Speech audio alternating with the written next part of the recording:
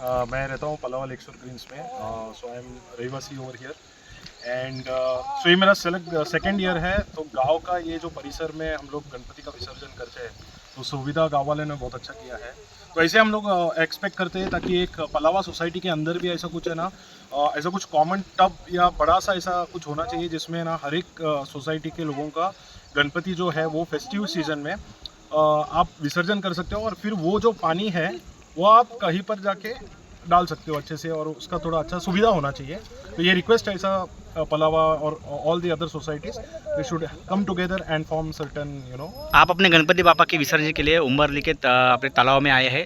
यहाँ पर आप देख रहे हैं कि पालिका का एक भी अधिकारी कर्मचारी नहीं है, सभी गाँव वालों ने मिलकर यहाँ पे सुविधा की है। आपको कैसा लग रहा है? बहुत बहुत बढ़िया लग रहा है, और ये बहुत अच्छा नेचुरल वातावरण में हम लोग जो कर रहे हैं। So it is you are connected to the nature. तो big thank you to all the जो गांव के उम्बरली गांव के जो भी रहीवासी है यहाँ पर, जो उन लोगों ने किया है काम बहुत बढ़िया है। आसपास में डेफिनेटली एक्सपेक्टेड है कि पलावा में भी ऐसा कुछ होना चाहिए, लेकिन अभी जो फैसिलिटी यहाँ पर उम्बरली गांव में दिया गया है बहुत अच्छा है।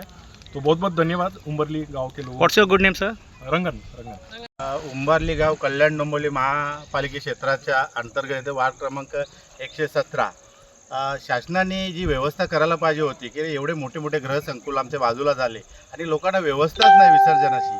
मग इथल्या आमच्या स्थानिक ग्रामस्थांनी असा विचार केला की आपण स्वखर्चाने आणि सर्व मिळून आपण व्यवस्था करूया, आणि सर्व ग्रामस्थ मिळून हा रस्ता थोडा लेवल केला, विसर्जन करायला हे व्यवस्थित सपाटीकरण करून छोटी जागा पेले। तरी पण आम्ही काल महापालिकेशी संपर्क साधला, पण त्यांच्याकडनं काही एवढा काही चांगला रिस्पॉन्स आला नाही। आमची अशी विनंती आहे की शासनाला की जे 27 गावं घेतली तुम्ही आतमध्ये आणि सगळं कारभार चालवले, पण ह्या गोष्टी कोण बघेल? त्या सगळ्या दुर्लक्षित होत चाललेल्या आहेत, कारण एवढे मोठे मोठे गृहसंकुल आमच्या शेजारी आले, त्यांची व्यवस्था कुठे असणार आहे?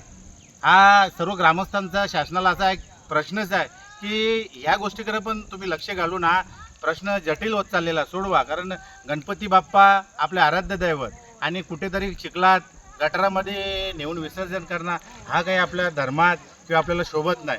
त्यामुळे आमच्या ग्रामस्थांच्या वतीने काही ज्या अशा मोकळ्या जागा आहेत तिथे ह्या लोकांना व्यवस्था देण्यात यावी अशी शासनाला आम्ही विनंती करतो। गणेश घाटांचे विसर्जनाच्या वेळेला संपूर्ण जबाबदारी असते ही महापालिका प्रशासन घेत असते, परंतु इथे महापालिका प्रशासनाचा एकही कर्मचारी अधिकारी नाही आहेत, काय सांगाल? महापालिकेचा ढिसाळ कारभार की त्यांना आम्ही किती फोन केले, ॲक्च्युली त्यांचं काम आहे, पण आता काय लोकांची सुरक्षेची बघायची झाली तर स्वतः गाव उतरलेला आहे की बाबा लोकांची सुरक्षितता पाहिजे। आता महापालिका नाही करत हा दुर्भाग्य आहे।